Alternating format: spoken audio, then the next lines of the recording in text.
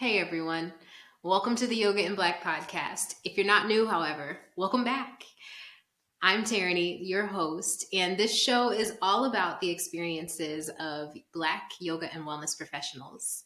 Each episode, I'm joined with a new guest, and we'll just have a conversation between two peers about our experiences within the yoga and wellness industries, and also highlight where you can find their classes. At the forefront, this show is all about letting you know that Black folks are out here in this wellness industry doing amazing things that you can experience. So, with that said, grab your favorite beverage. You know, I got mine in the favorite mug, and let's have a chat. This is your friendly reminder that all episodes of this podcast are pre-recorded and some topics or events discussed may be outdated. Thank you so much for listening, and I hope you enjoy the show.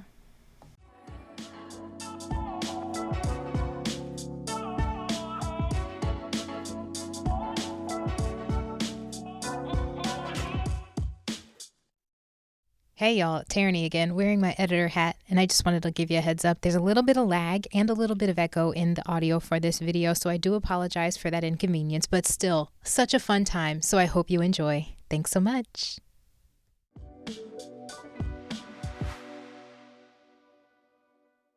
Hello, everyone, and welcome back to the Yoga in Black podcast. My name is Tierney, and I am your host. This week, I am joined by Guyse, and I am just going to let her go ahead and tell a little bit more about herself before we dive into our conversation. Hi, everyone. My name is Ray. I'm a full-time attorney, but also a yoga teacher and owner of Golden Sun Yoga and Wellness in the Dallas area. So that's basically the snippet, but Now, I only know one other person that is an attorney / yoga instructor. So that trend, that is a rare combination. What's it been like balancing those two dichotomies? Well, the balance for me really started in law school. Whenever I started getting very into my personal yoga practice, just as a way to balance all of the demands on me in that process. I went to University of Texas, and it's a demanding program, definitely. And I kind of lost myself, like many other people who find yoga, who find meditation. It's typically in a challenging time in their life because you're seeking that inner peace. And so that was really, I practiced yoga before and, pretty regularly, but whenever I got into law school, there was a point that hit where I was like, I could tell I wasn't taking care of myself. I completely let my self-care go. So I knew I needed to implement something. And by the end of my second year, I was doing yoga pretty much every day. It was like, this is my yin and yang. I need to be on my mat, and then I can go give out to other people. And that continued after I graduated law school and started my law practice. I joined a law firm here in Dallas, and I knew that, hey, this is going to be a new challenge, a new level of challenge, especially as a first-year attorney. And so I kept that promise to myself. So even to this day, I wake up, I do my practice, whether, sometimes that's 10 minutes in child's pose. Like, I don't have rules for myself, but I have my morning movement. That is the perfect practice. I take my meditation time and I say my affirmations into my water, and then I can go pour out into everyone else. And so I knew that I had unlocked something that's really powerful, because I do feel like I have, I've been able to rise to the challenge and find this balance and pursue this career. And I wanted to be able to share that with other professionals and people around me. So that's why I decided to do my yoga teacher training early this year. So, and that was also a challenge and a balance, but I'm so glad I did it. And since then, I've been able to teach people like me, people who need to find a little bit of Zen and know the grind of being a professional in Dallas. So that's what I do now as well. That's awesome.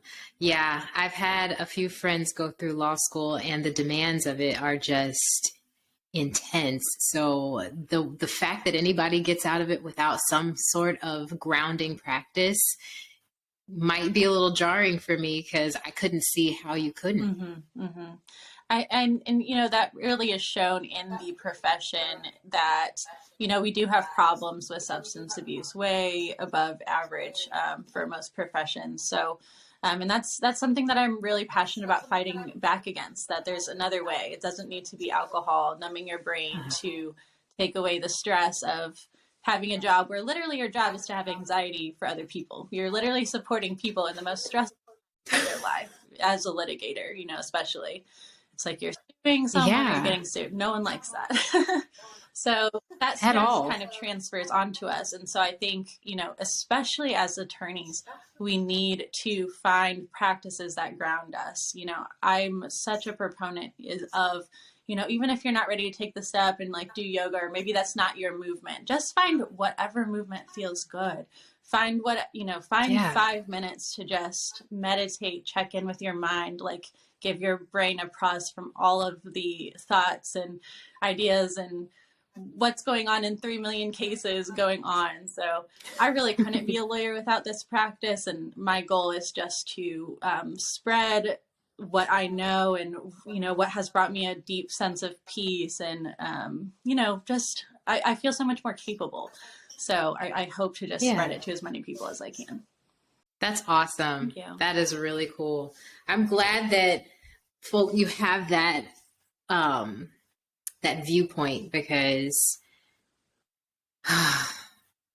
and you really brought up a really good point about the substance abuse thing, because I have heard of that too, and it's really unfortunate, but I'm glad that they have you as an avenue to find a healthier way to take care of themselves and balance, you know, the demands of the work with life. Mm-hmm.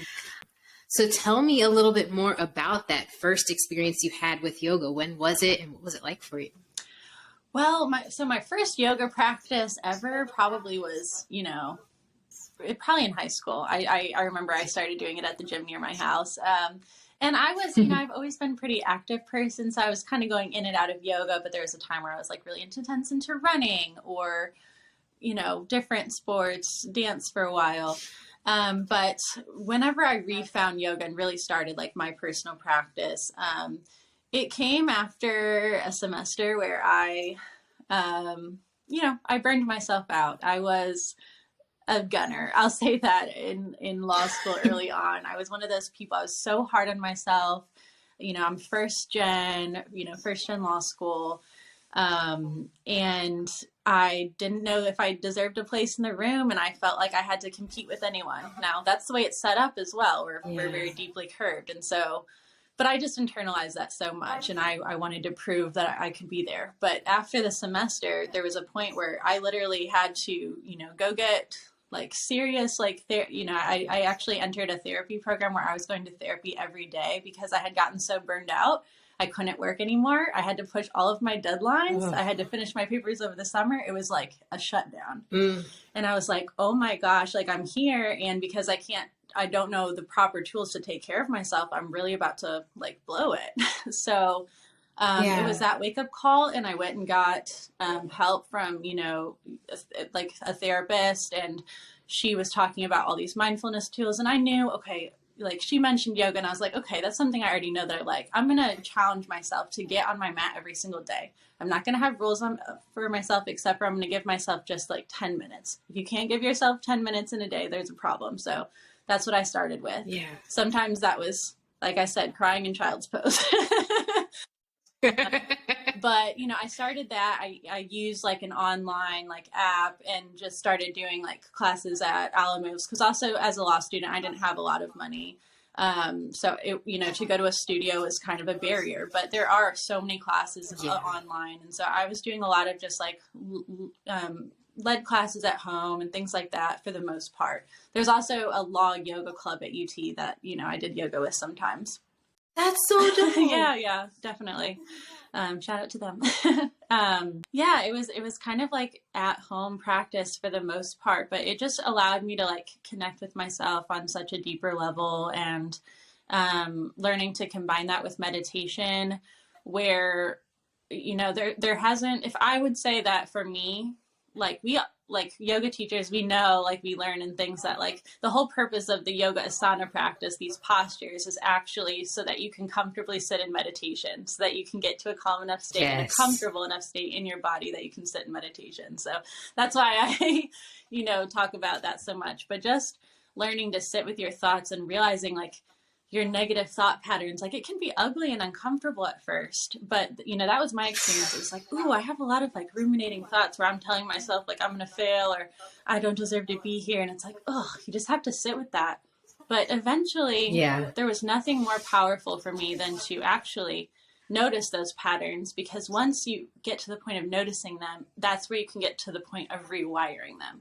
You can actually, now I can like tell my brain no, or, actually 4 years into this, or 5 years, I guess, into my practice, those thoughts don't really exist for me. Sometimes they pop up. Of course, I can't have all positive thoughts, but I'm not struggling in the same way that it was. And it's meditation that really rewired my brain to a more positive mindset. So.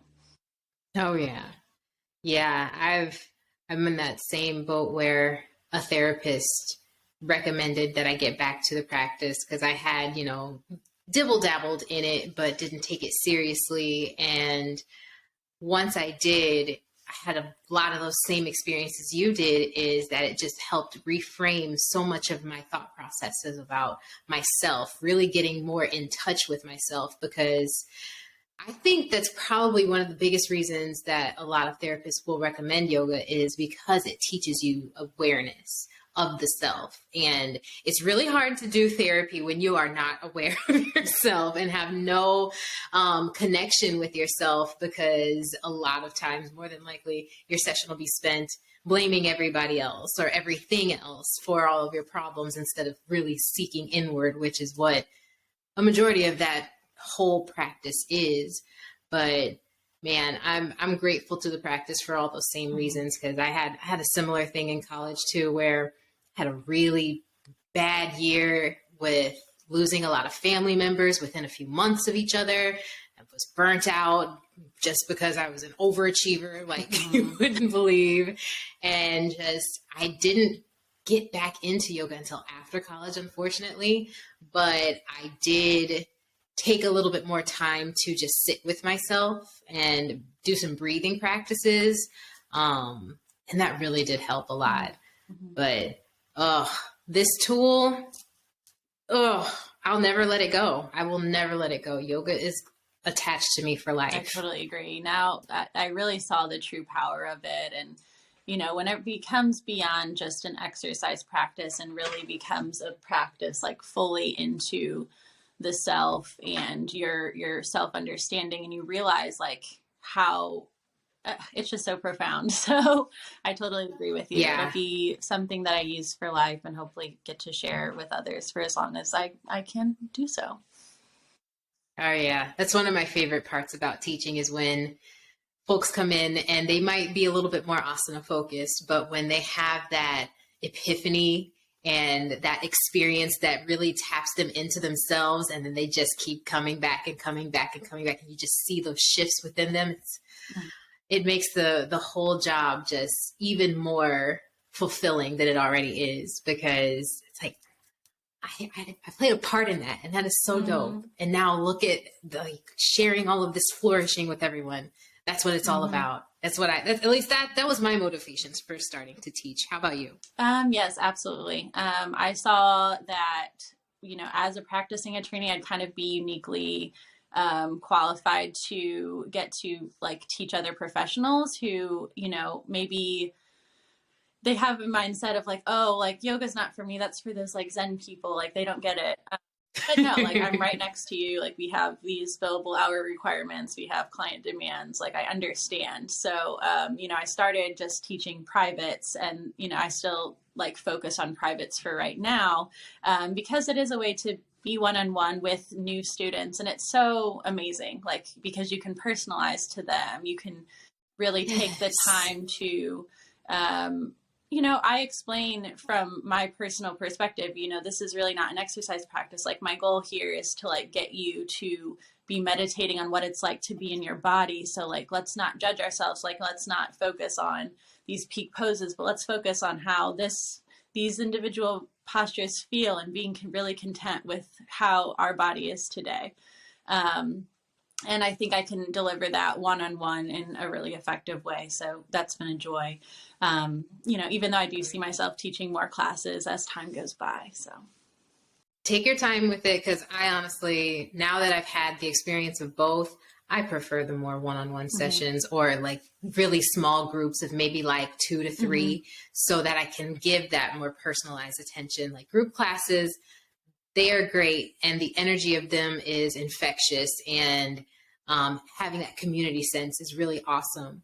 But it's something about the practice itself just being a little bit more deepened when you get to have one-on-one time with an instructor, or as an instructor, one-on-one time with your students, because it's, for me, I'll speak for myself. I have ADHD, and it is difficult for me to stay focused on a lot of stuff. So when there's that many bodies in the room, I'm like, okay, I hope everybody's safe, but I can't focus on everybody at the same time. And we only have 60 minutes together. Like this is a challenge, and it can be fun, but I really do love those more intimate moments, because for all of the reasons that you said, I've taken a bit of a backseat on my private offerings, but I'm trying to get back into it, because it fills me up so much more than studio classes, honestly. They serve their purpose, but I don't know if I need to be in service of them. And it's so effective, because like 1 or 2 sessions with one person and you can get into the correct alignment, like their practice can really just like progress so much more, and you can make sure that they're safe and that, they really understand. Whereas like, like you said, looking around the room at 30 people, like, there's going to be some people that might be doing something unsafe. You're one person, like, you know what I mean? Stretching in a way that they pull their knee eventually, but you can't catch it that time. So, there's definitely a benefit. So I really enjoy it. Oh, yeah.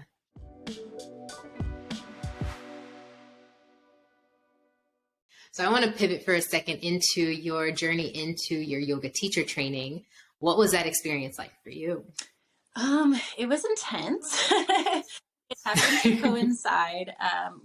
So I did my yoga teacher training through Core Power Yoga, and really appreciated them, because it probably got me to do it because they had a scholarship program. And I had been wanting to do it, but I didn't know if I was going to be able to dedicate the time.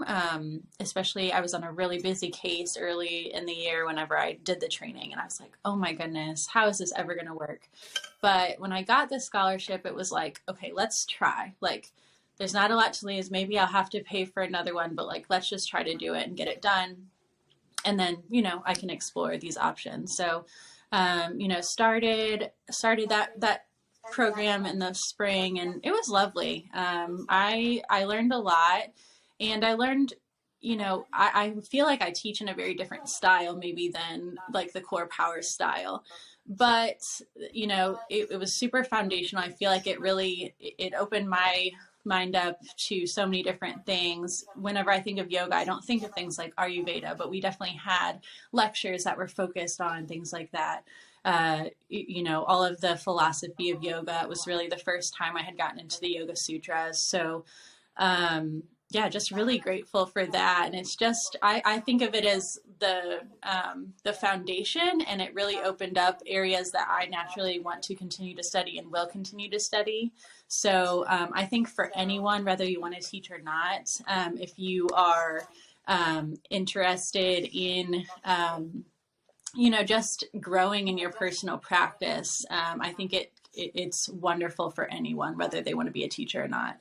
And it took me a little bit longer than like the program, so I had some flexibility. And so that was another good thing about the program, is you could take part of it virtually, and do classes at a later date. And so that worked for me as a professional.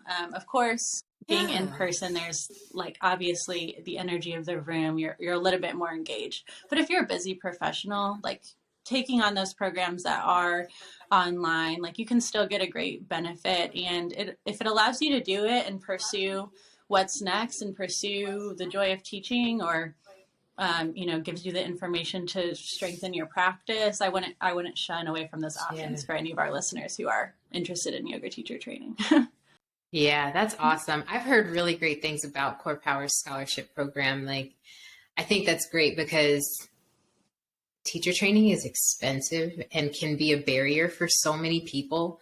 So the fact that they even have that available is really dope because it opens the door for so many more to, take in all this information, whether you want to teach or not, because I've always viewed teacher training as just an immersion into yoga.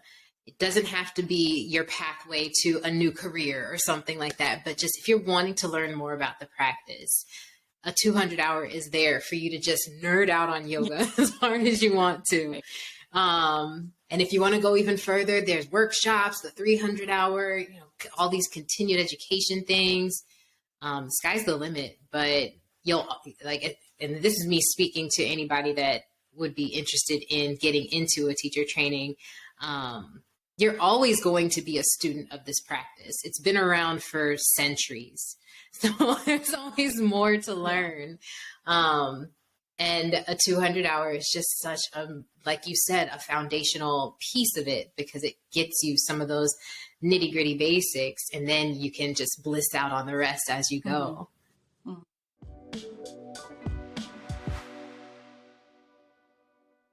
So last season, I interviewed Lataska Asbury, who is a real estate agent and offers yoga to real estate agents.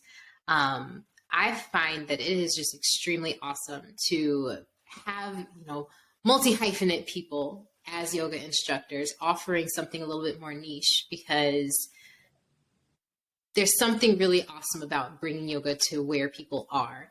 What has been your experience with offering yoga out to the professionals of the world, and how do they respond to it? Sure. So there's this is going to be a multi-step answer. So first, which I kind of already got into earlier, I started Golden Sun Yoga and Wellness, but the initial offerings that I was offering was just one-on-one sessions, and so my initial clients were typically people that work in Dallas, like me, some attorneys, or just other professionals that I knew within my friend group. And so that was amazing. And that just comes naturally because that's my network here. I moved here for work. I'm not from Dallas. I'm actually from St. Louis originally and moved up from Austin after law school. And so that's been amazing because I know so many of them need it, and I'm looking for options within like my current firm to start offering like a Monday morning. So maybe this podcast will push it over the edge. Into existence, to offer kind of a weekly offering to my actual colleagues. So that would be amazing. I would love to do that within the next year. The other thing that like I'm currently working on a wellness space actually with my business partner. So in addition to being an attorney, I'm also just working with other creatives. I love doing all sorts of creative and artistic type of things. So I'm part of Legacy of Love DFW, and we've recently purchased land on which to create a wellness space where we can host yoga retreats, we can host, yoga events and classes, but it's also going to be an artistic playground for photo shoots and creatives within DFW, and also a campground. And so we hope that it's just going to be an amazing and space for people to come and relax and have yoga and have art and all of these things. It's early in the process, but we're super excited. So anyone who's interested in following our journey can follow Legacy of Love DFW and, learn more and watch us grow. So, and that's a completely Black owned space. And so I think it's something very special to the Dallas area. That sounds so awesome. Where's it going to be located So it's going to be specifically? about 40 minutes outside of Dallas, south. So, it should be. We hope that it'll be accessible and that people will come out and see us. Yeah. I mean, you kind of have to go out that Yeah, far to to get buy somewhere some a land little bit, for serene future. enough. Been looking, And enough space too, because that's where we're starting to pile everything on top of itself yeah, here.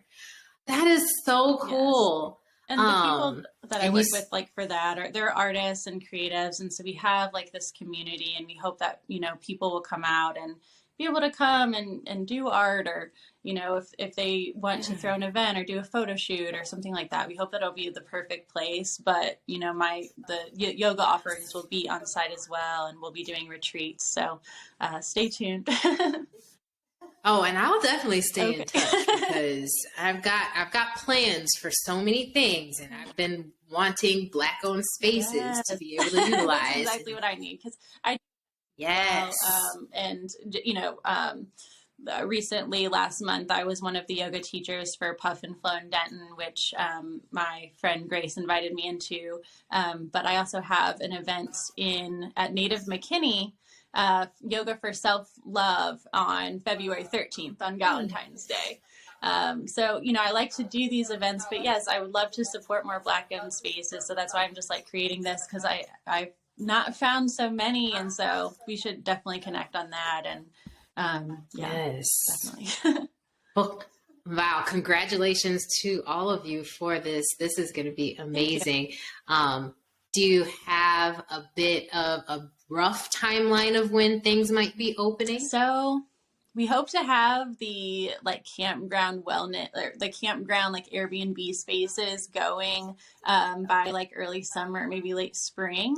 Ooh, The that's soon. yoga space, look towards the end of 2023, and that's just because I'm learning, and as a full-time professional, also entrepreneur, I just know I need to Yeah. give myself like grace and allow myself time to get everything right and learn all of the steps, because this is really like my first venture in this way. So, and I want it to be right. So, but I'm aiming for end of 2023, that we'll be able to host the first yoga retreat weekend there. So, man, Oh, that just made me so well, thank excited. you. Congratulations.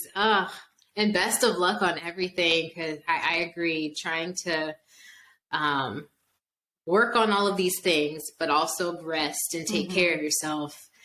It doesn't feel like there's ever enough hours in the day on top of jobs and social life and family life. It's It's a lot. difficult, But, but as a yoga oh, teacher, I feel like I need to live what I preach. And so I live by, yeah, I take time to slow down. I take time for my meditation, my self care, and for rest, because I know that's what mm-hmm. allows me to continue to give at a sustainable pace rather than burning myself out. Because otherwise, there's no use in me telling you to, having a lawyer come practice with me. Oh, you need to slow down, take time in order to actually have a sustainable pace. So I'm gentle with Yes. myself. I'm proud of being gentle with myself. And I'm okay with the pace and for things to manifest in a very sustainable and slow way. So, yes. Nice. So you mentioned you're from St. Yes. Louis. Have you had a chance to offer any yoga back home? So actually virtually, I've done a couple classes with Nice. people that I knew from high school. So yeah, I allow people to do virtual sessions, but not in person.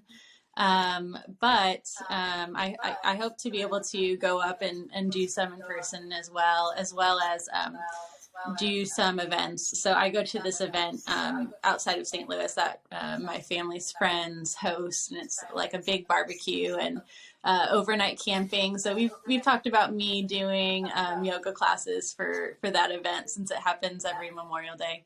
So Nice. yeah, maybe some classes with some old friends and family would be nice as well. Mm-hmm. That's awesome. Yeah, I haven't had the chance to teach anything back home. I'm from Mm-hmm. Iowa. And I can't imagine what it would feel like. I've done the same where I've done some virtual classes with, a handful of people here and there, but to offer something in person back home is almost like nerve wracking to me for some reason. Because I think it's because there's so much familiarity that people have with a version of me that is, different from who I am now.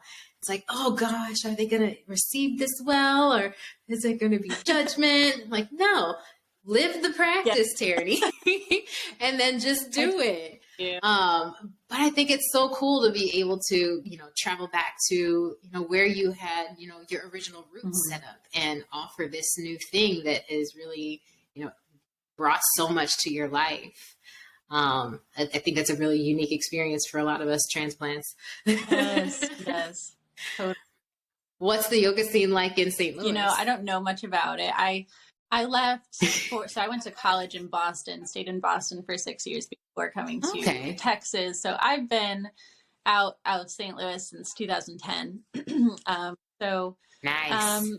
What's going on in the scene there is very, I would have no idea. But I definitely identify with you in terms of like, when I go back, I'm like, wow, the people who know me here really know like a very different, and I'll say unevolved version of me. So it's like, yeah, I would have that same nervousness like walking into the room, and honestly felt the same when I have done private sessions with some people I knew just from high school who, just saw on Facebook that I do this or something. I'm like, wow, it's cool that they still book me, but they don't know me. Like, and it's silly. We have to get out of our heads. Like, we're just, we're all involved. So are they, right? So, but I totally understand as a transplant.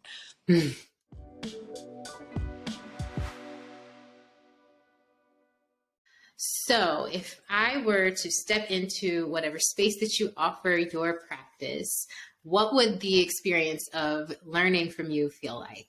If you could walk me through.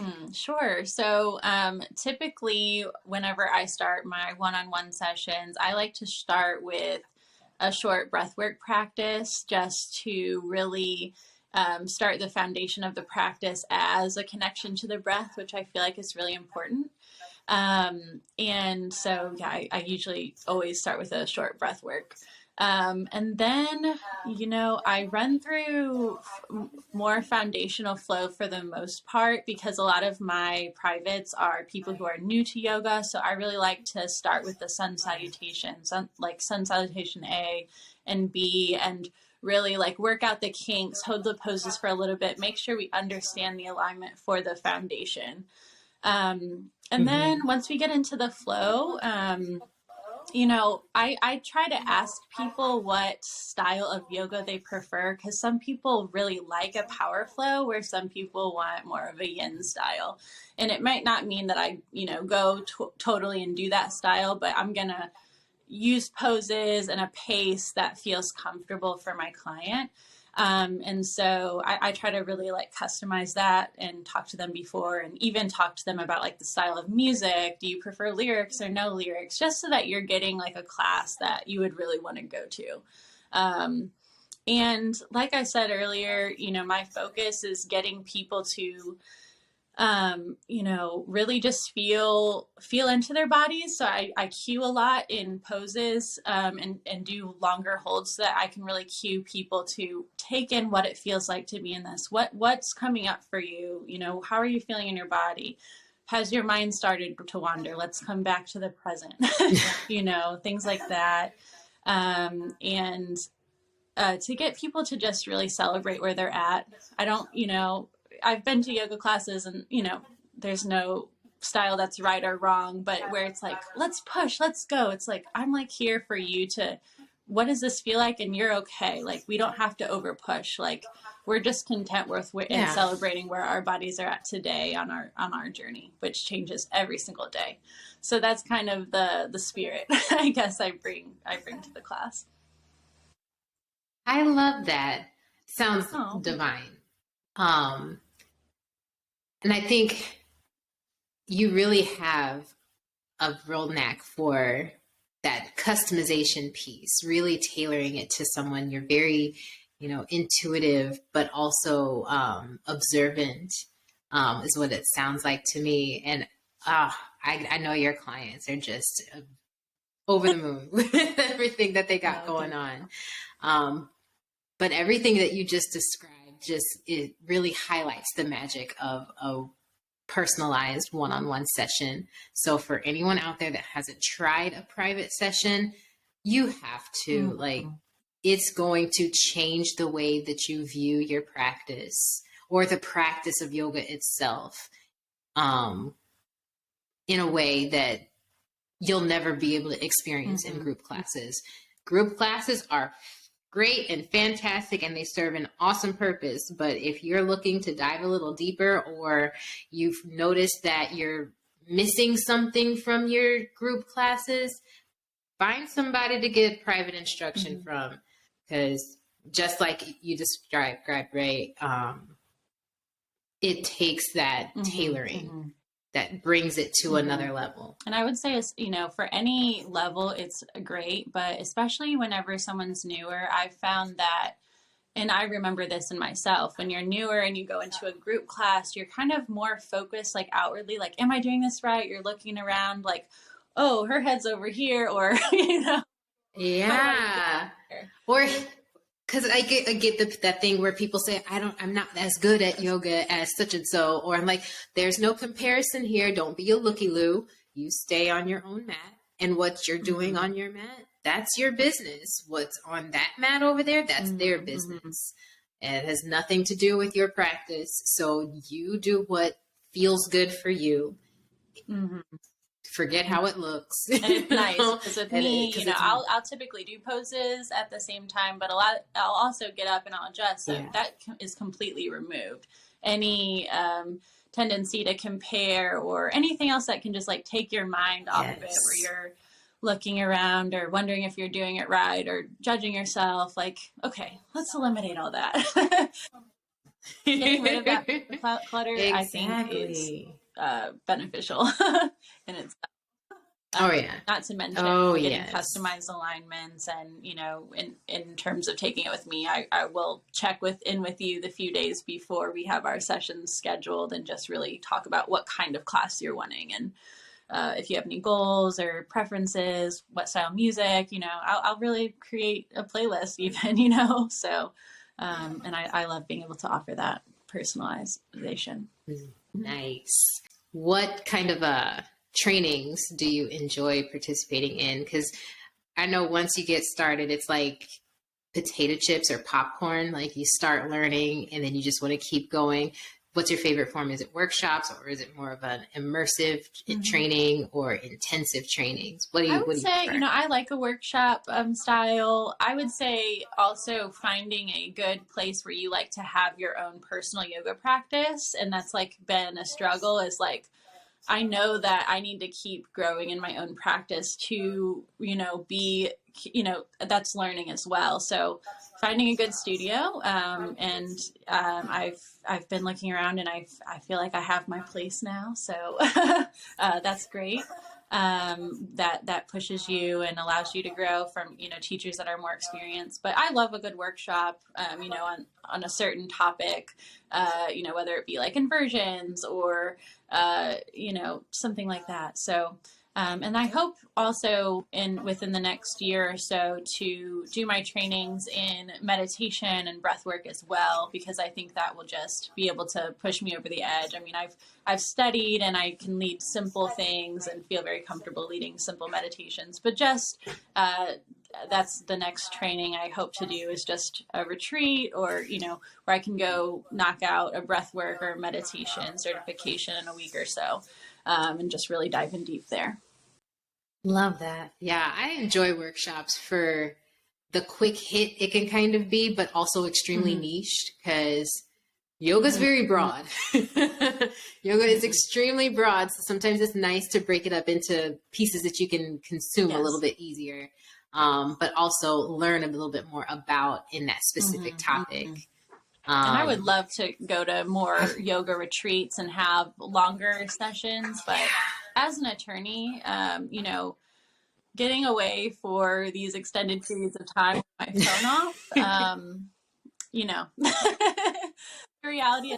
Yeah. And how would you be able to plan that? Would it just be whenever a case is over, Yeah, there's or? times when you slow down, like there will be a really busy season. So litigation is very up and down. Like you have trial and then like things Mm-hmm. may slow down. So you try to go in those slow times, but anywhere where I really don't have access to my work, that's like something that's so hard as an attorney because your clients like need you and they're going to reach out to you and they're going to expect that you be Yeah. responsive. So even though I try to take paid time off, I'm serious about my vacation and my out of office message. Don't get me that. But I'm also serious about, I need to at least keep eyes on what's going on. And there's always a chance that something could come up. Like maybe I made a mistake, didn't file something. Well, I need to still be in a place where I can like hop on and, take care of my client just like I would any client for yoga. So it's a little bit harder to get away for a retreat like that. Definitely. There's not going to be any like no electronic retreats for me in the future. For future, hopefully one day.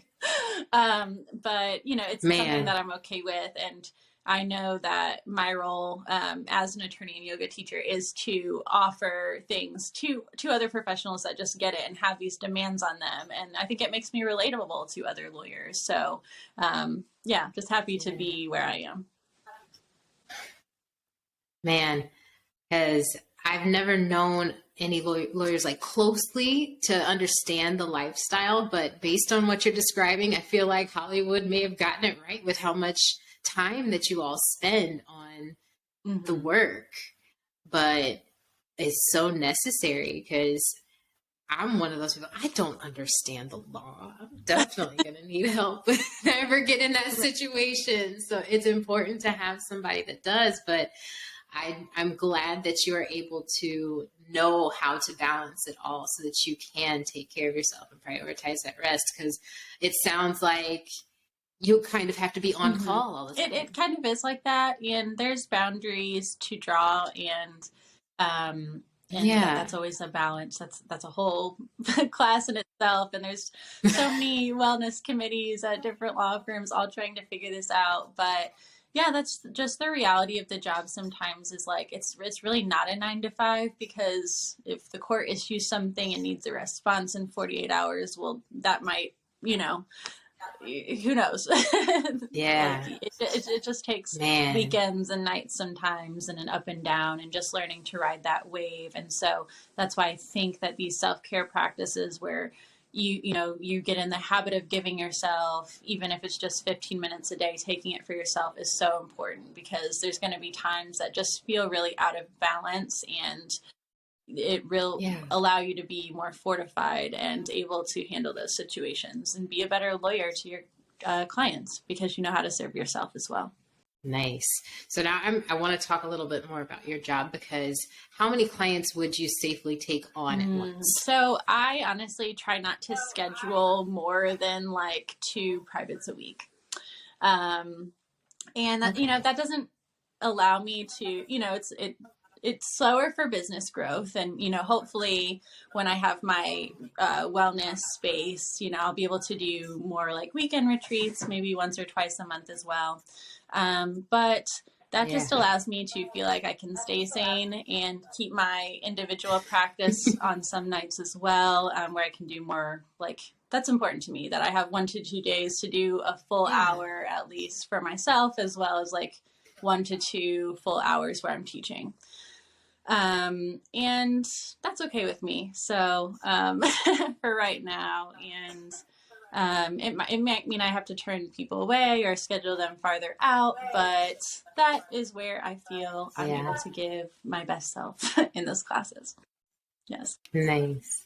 Are you booked solid right now? I have a few offerings. So in this month and February, I have a few that are booked as well. But I'm taking on clients. So if you are interested in scheduling a private session, you can find my yoga page at Golden Sun Yoga and Wellness and send me a DM and we'll get you scheduled.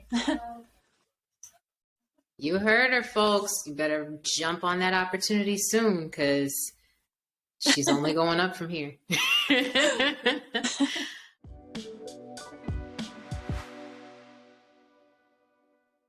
outside of your wellness space, what else do you project will happen in your future within the yoga world? Outside of my wellness space, I would love to do more festivals, more events, and start scheduling retreats that are outside of Texas. In some beautiful locations, some, destination retreats, things like that. I love to travel. And I love to plan, different things when I'm traveling. Like I'm that person that has the itinerary. Hey, like he's open only on Tuesday, so we're going from 4 to 6. Like that's naturally who I am. So like that's something that's really interesting to me, to be able to, just build a more than just a wellness retreat, but really like a travel experience for people. So once I conquer getting my own space up and running, I hope to do maybe 1 to 2 destinations a year where I'm able to take, a small group of people and just really have an amazing time and teach them yoga as well. Nice. Yeah. I think I had mentioned this in one of the episodes we just recorded, but I haven't even had the chance to participate in a retreat yet. And they look so fantastic, and everyone has this amazing time, and everyone comes back with like brighter eyes and clearer skin and just looking so refreshed. And I'm like, I need that bad. And I can't figure out where I want to go, but I'm gonna figure it out one of these days. And yeah, I know somebody's like, well, why don't you just plan your own? I'm like, but that's work. I don't want to have to do the work. Yes. I want to participate and have the fun. I have to get a 3-day sometime this year, so I'm kind of looking. So the weeks are a little bit too much for me, but Good Friday through Sunday, where I can disconnect would be lovely. So yes, I love that. What would be your ideal location to go to for both participation and to offer your own retreat? That's a good question. So I would say, I don't know, somewhere tropical. I really like, I like Tulum. I would love to go somewhere like Greece. I would love to go to Jamaica. I would love to go to pretty much any island. Yes, that's on my bucket list to get to Santorini. Yes, I was able to go actually a few years back, and it's just amazing. So that's why I see a lot of people doing offerings over there. So I'm like, okay. Yeah. It looks magical. It just looks so magical. I also want to, of course, go to the motherland, but I don't know where. It's so big. You start. Man, it's like, where do you start? I don't know. I feel like I wanted to do more. I wanted to go back to visit Africa so badly, and hope to go in the next couple of years. But I think I want to do some traveling and then be able to, maybe in the future find a way to host a retreat and know what I'm going and where I'm where to host and everything. So I have a lot of learning. Mm-hmm. Oh yeah. I know you mentioned Jamaica too. I love Jamaica. Oh my goodness. Spent the most magical week there last year, and it was right at a juncture in life where I was reaching burnout and needed that break so bad. I just felt so restored afterwards. Like, it's something about their beaches that are just so calming. Like, even if there's like still a bunch of people around, it's just, there's something so calming about that island. I love it. I love it so much. I'm itching to get back, but I'm like, you need to go somewhere else, T. Like an island though, it's just like, it's slower. Just feels like so good, especially if in Dallas. I feel like this is a very like working city. Like, we're here to do business. We're just moving constantly and to step back and really taking the island time is such a gift in itself. So island time is, that's my favorite time. And then getting that resort experience where they just wait on you hand and foot. Yes. Give me that. Please Nothing. give that to me. Oh, man. Yes, retreats for 2023, Mm-hmm. 2024 for sure. For sure.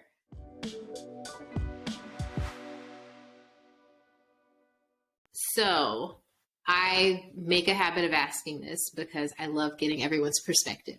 But if you were to give advice to someone that's starting out their practice, what would it be? Be gentle with yourself, and also to really just see it as an exploration into the self, and realize like this isn't. I think like a lot of people go into yoga like they would go into Pilates or any other exercise class, and I don't think that it is the same. The practice is the same or was meant to be the same. It's really a place for you Yeah. to explore yourself. So the most important thing that you can do is not go to the hardest class or overstretch and try to get into the most bendy, beautiful Instagram pose. Like that's really not the focus. There's ways if you want to get into bendy poses, I would say go train circus. Like, go train contortion. Like there's different avenues, but this is a practice that's entirely separate, and it's really about where you're at day to day. So just to treat it as that, and to treat it as an exploration of your mind just as much as your body.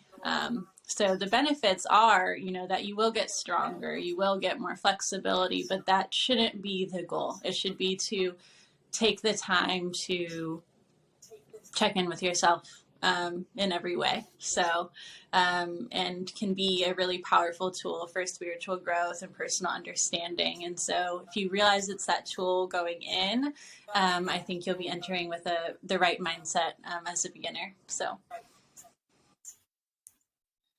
I love Thank that. you. That was great advice. Man, nice. All right, same question, but targeting students who have been practicing for a while and want to transition to teacher. What advice would you give them? I would say take the time to find the right program for you. There's so many different types. There's so many different styles. So if there's like a style that you want to explore, it doesn't need to be just a training where you'd be focused on like your traditional vinyasa flow, or what I feel like is most common in at least Dallas, probably in most of the United States. But, what speaks to you? What do you want to be able to give? So exploring those different options, and then exploring options for flexibility as well, for virtual versus in person. Especially for my BIPOC future teachers, exploring scholarships, because there's more available than you might have thought. And so to really look around, because that is key. And then, think about whenever you're, I would say just go in ready to absorb, not, just as a blank slate, kind of pushing aside what you've learned from your own practice in your own studio, and just like be open to new knowledge, and open to feedback, because it can be difficult, because a lot of it is getting the words out the first time, and it feels uncomfortable. And even if you've been practicing like I had for years, like actually saying it out loud, you're still gonna like trip over yourself, and it's going to feel weird, and people are going to give you feedback that it wasn't as clear that time, and it can be like, but just like anything, even if you have a very advanced yoga practice, you still like honor the journey, and honor being a beginner, and honor all of that, because you're learning your own voice and your own unique style, and that's a beautiful thing. And we're not all going to be perfect at the beginning, so I feel like you can get discouraged. And I felt, after getting that hard feedback, sometimes I'm like, oh, am I going to be good enough? Can I teach these classes? Like, are people going to hate it? But yeah, like you're learning just like anything else. And when you do, as you keep practicing and keep getting it out, you're going to find your own voice, and it's going to be beautiful, because only you can bring your like personal style to this practice, even though yoga is practiced for so many years by so many different people and so many teachers. You still have a place here. So Yes. oh, thanks. You give great advice. Man, that was fantastic. Got me over here like, yeah, yeah, yeah. Like, girl, I've been through teacher training. But no, like that being open to feedback piece is very, very important because I think that's something people forget sometimes is that there is that aspect of you will practice teaching and learning how to find your own voice, does require the practice of saying the words, putting yourself out there, and you are in this unique experience where you have your instructor or mentor or whoever it is that you're learning from that can give you, the pieces of information and tips and advice and the tricks of the trade to, really take you to where you want to go to help you even, fine tune your voice. And I'll add my own little piece in is I will emphasize the find your own voice. It's like, yes, what your instructor may do may sound amazing and feel amazing. And your favorite instructors, flow and tone and, diction may be, perfect for you, but what's yours? What's your voice? Find that for you instead of trying to mimic or copy somebody else, because people will know. And it's not the most comfortable thing, but when you find your own true inner voice coming out, it feels so, your connection with the class just feels so different. And your experience with the whole thing feels so different. You'll feel like you found your place, that you do belong because you're coming from an authentic and that's space. Going to allow you as well to attract who authentically wants to be with you, because I feel like choosing a yoga teacher is like, we all know the foundational posture, the flows may not be so different, but it's the energy, it's the voice. Like, the only way that you can really connect to who wants to come to you and keep coming back to you is to be authentic. And that also means some people are going to say it's not for them, and you have to be okay with that and own it. That's fine. That's who I am, what I offer. Yep, gotta be all right with it. Join me or not. So, and I think a lot of the times in life, it's like we want to be liked by everyone, but that's it, and it doesn't mean someone doesn't like you. But like, there's different styles, and what may be really great for some people, someone else may say, oh, you're cueing too much, or I don't like that there's lyrics in your music. But I think that for me, it's like I'd rather stick to like the style that I offer and like my voice and the way that I want to do it, than to try to please everyone. Oh yeah. Yes. It's impossible to please everybody. And that's why I always encourage people, like, try out as many teachers as you can so that you find the one that, vibes with you the best. That's what this whole thing is about, is, really learning and understanding different instructors to find who, works for you best, because we're not made for everybody. As individuals, we're not made for everybody. And that's okay. That's okay.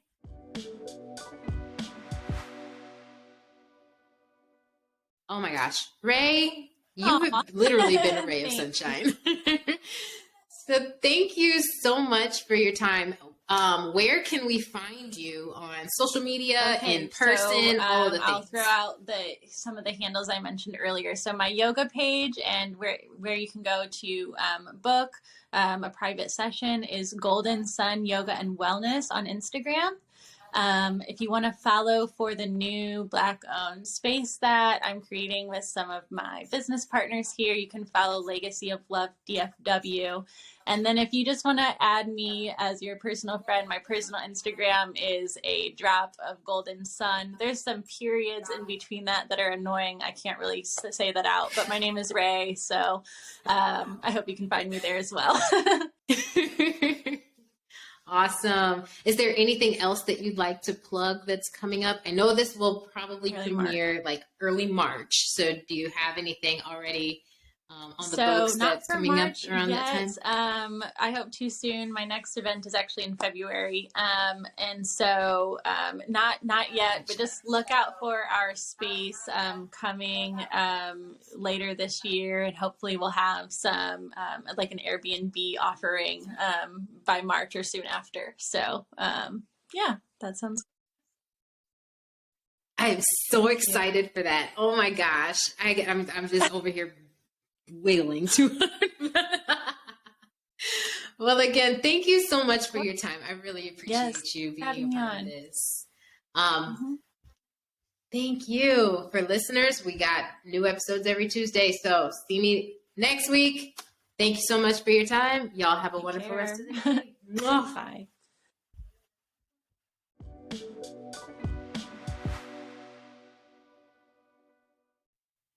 Hey there, Tierney again. I know you just finished the podcast episode and you're probably wanting to just go about your business or listen to the next one, but I have some exciting news.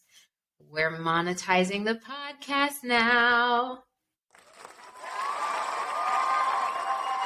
I know. This is so cool. This is so cool.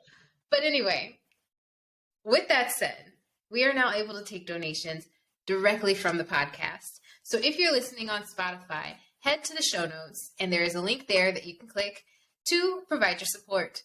If you are not listening on Spotify, we still got you covered. You can either go to the website or go to our link tree by way of our Instagram bio link.